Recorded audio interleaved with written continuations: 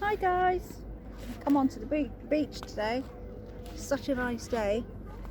Right, can you remember before we learned all about the children, didn't we? The first 4 winners of the golden tickets.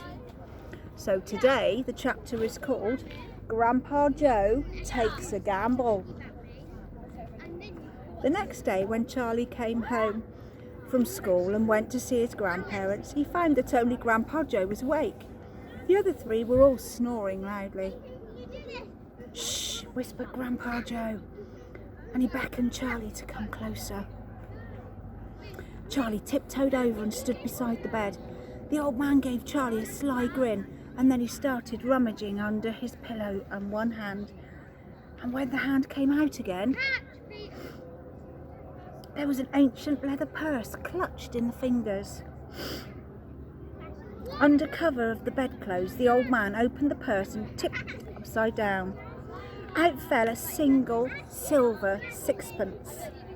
"It's my secret hoard," he whispered. "The others don't know. And now you and I are going to have one more fling at finding that last ticket, Charlie. How about it, eh?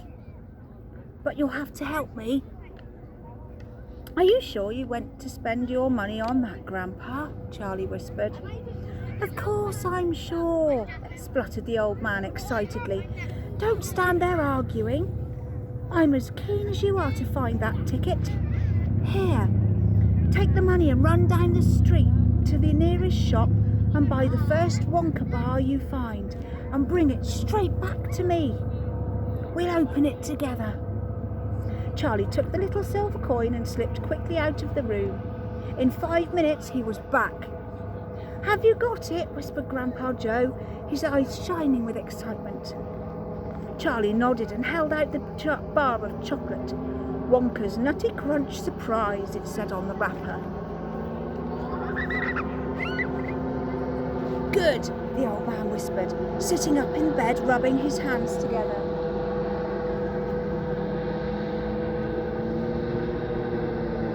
"Now come over here and sit close to me and we'll open it together. Are you ready?" "Yes," Charlie said. "I'm ready."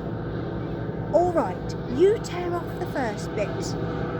"No," Charlie said. "You paid for it. You do it all." The old man's fingers were trembling most terribly as they fumbled with the wrapper. "We don't have a hope really," he whispered, giggling a bit. "You do know we don't have a hope, don't you, Charlie?" "Yes," Charlie said, "I know that." They looked at each other and both started giggling nervously. "Mind you," said Grandpa Joe, "there is just that tiny chance that it might be the one. Don't you agree?" "Yes," Charlie said, "of course. Why don't you open it, Grandpa?" "All in good time, my boy, all in good time. Which end do you think we ought to open first?" "That corner, the furthest one from you. Just tear off a tiny bit. Not quite enough for us to see anything." "Like that," said the old man. "Yes, now a bit more." "You finish it," said Grandpa Joe. "I'm too nervous." "No, Grandpa, you do it yourself. It was your sixpence." "Very well then, here goes." He tore off the wrapper. They both stared at what lay underneath. It was a bar of chocolate. Nothing more. All at once they both saw the funny side of the whole thing. They burst into peals of laughter. "What on earth's going on?" cried Grandma Josephine, waking up suddenly. "Nothing," said Grandpa Joe. "You go back to sleep." Chapter 10. The family begins to starve. During the next 2 weeks the weather turned very cold. First came the snow. It began very suddenly one morning, just as Charlie Bucket was getting dressed for school. Standing by the window, he saw huge flakes of snow drifting slowly down out of the icy sky. That was the colour of steel. Steel is grey, isn't it? So the sky must have been grey, heavy with snow. By evening it lay 4 feet deep around the tiny house, and Mr. Bucket had to dig a path from the front door to the road. After the snow there came a freezing gale that blew for days and days without stopping. And oh, how bitter cold it was. Everything that Charlie seemed to touch made of ice, and each time he stepped outside the door the wind was like a knife on his cheeks. Inside the house, little jets of freezing air came rushing through the sides of the windows and under the doors, and there was no place to go to escape them. The 4 old ones lay silent and huddled in their beds, trying to keep the cold out of their bones. The excitement over the golden tickets had long been forgotten. Nobody in the family gave a thought now to anything except the 2 vital problems of trying to keep warm and trying to get enough to eat. There is something about very cold weather that gives one an enormous appetite. Most of us find ourselves beginning to crave rich, steaming stews and hot apple pies and all kinds of delicious, warm dishes. And because we're all a great deal luckier than we realise, we usually get what we want. Or near enough.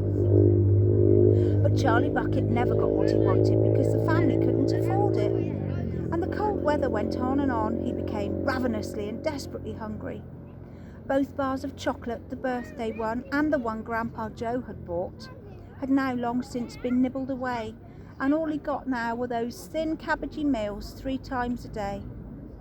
Then all at once the meals became even thinner.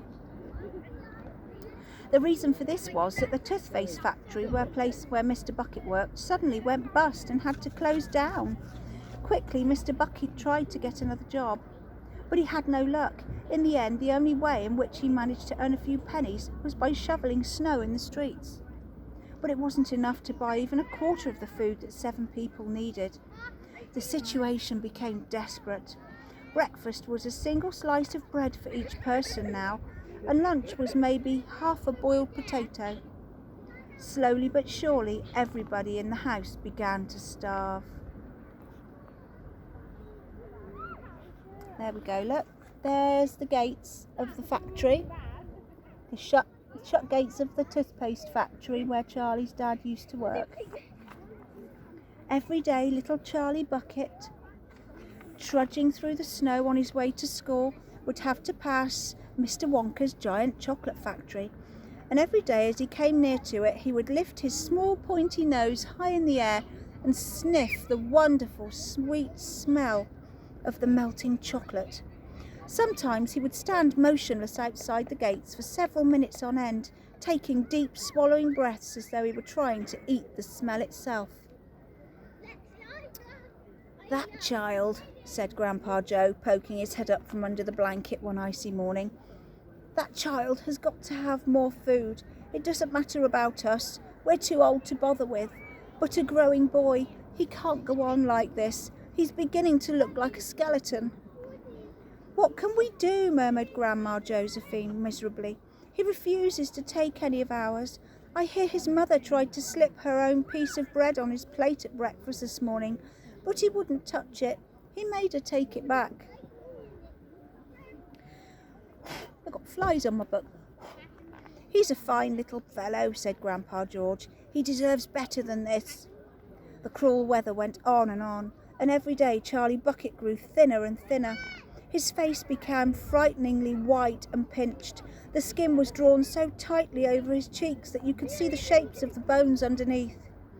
It seemed doubtful whether he could go on much longer like this without becoming ill.